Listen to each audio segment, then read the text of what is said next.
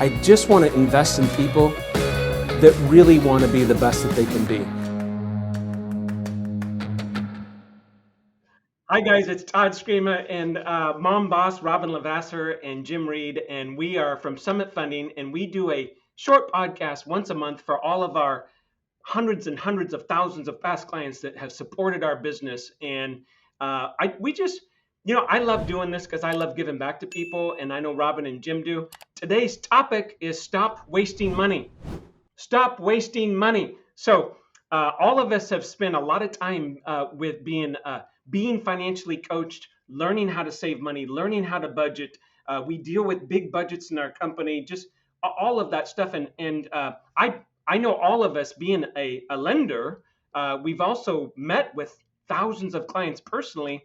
And it's so interesting, sometimes you have people that don't make much money, but they have a ton of savings.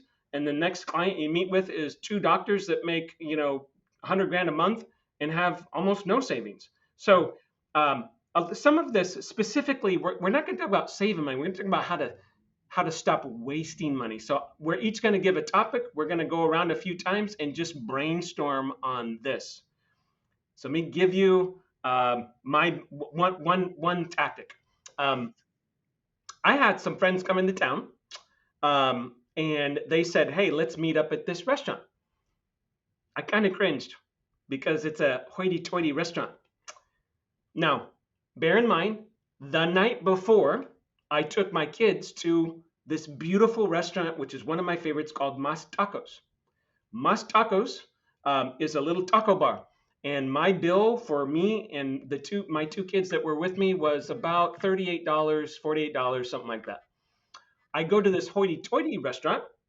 Hoity-toity. Now, Mas Tacos is a sit-down dinner place, so it's not hoity-toity, but it's nice environment. It's fun environment. It's kind of like a Chevy's environment. So the next night, my friends wanted me at this hoity-toity restaurant. I always pay the bill, right? So the bill comes. One person had two drinks. I had one. The other person had one drink and one entree each and one appetizer. It was $343, including the tip. So my tip is stop going out to super expensive restaurants. That's my tip. It will save you a couple $100 a week or a month or something like that. I would say go out to eat at most for a minute for at least a little period of time here, once a week, and that counts breakfast, lunch, or dinner. And I'll tell you why. I took my mother and my father and my son, one of my sons, to IHOP. Me, my mother, and my father each had a Pancake? omelet, no pancakes. No, we had no pancakes at IHOP, believe it or not. And my son ordered a la carte 2 eggs and 2 pieces of bacon. He's a little guy. He don't eat a lot. You understand what I just said? There's no alcohol at IHOP. There was no drinks, no beers, no Bloody Marys. You understand? Coffee, 3 coffees, 4 waters. With tip, $92. For eggs.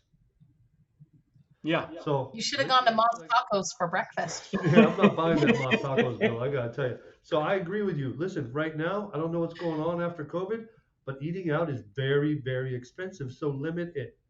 I'll give you a few quick ones? Stop using DoorDash. Stop using any delivery service. Stop. There's 3 fees per delivery they don't tell you about, and you don't see them. Stop using them. Go pick up your food yourself or make it yourself. The amount of money, if you DoorDash 2 or 3 times a week and you multiply it by 4 weeks, you're paying over $275 in delivery fees. I did the math. The second one for stop wasting money. Cut up your credit cards every 3 months and get a new one with a new number, especially if you have children. Especially if you have children, because they've got this thing that they sign on to and this thing that they sign on to, and then you got Apple Music and the Netflix and this thing per month and this thing per month and this thing per month, and it's like 15 1099 things per month is a lot of money. And then they email you for the new credit card and you can decide whether you enter it or not. Saved me a ton of money. So that's my 2 to start. Robyn, you're up. Yeah, well, I think 2 things. One, pay yourself first. Before you spend, you have to save. And I think a lot of people don't do that. They don't save money first. They spend money first, and that wastes, right? Because you don't even, oh, well, yeah, I plan at the end of the month to still have $100 or $200 or $300.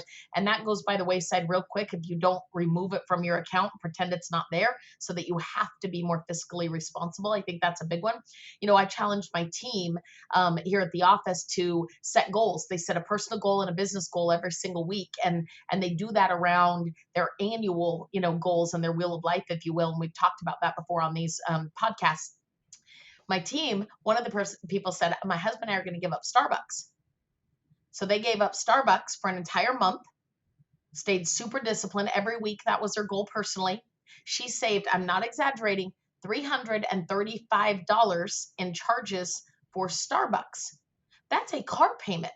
If you are financing a car, that's an electric bill at any given time. Like, the amount of money that was. Now, here's what's really interesting.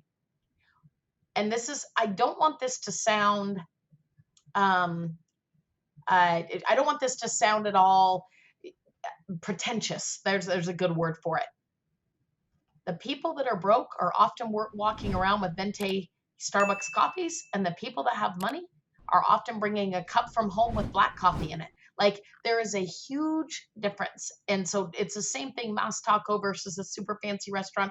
It's not to say don't ever treat yourself, but if you're paying yourself first for savings, making sure it's there, I think you'll be less wasteful of that money. And then if you're being mindful of how you are spending, I think that makes a huge difference.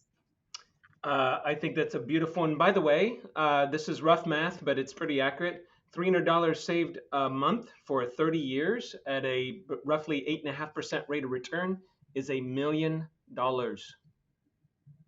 You heard me correctly. That's time value of money. $300 a month saved for 30 years is $1 million.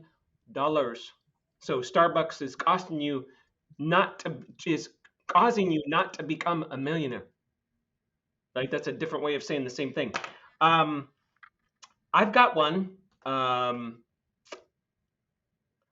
Buy a car, either cash or used, and keep it within 10% of your annual income. Now, this is a touchy one. Let me break this down. So you heard me correctly. First of all, is that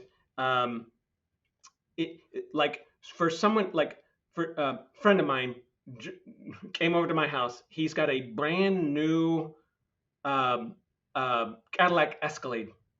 It's a $100,000 car.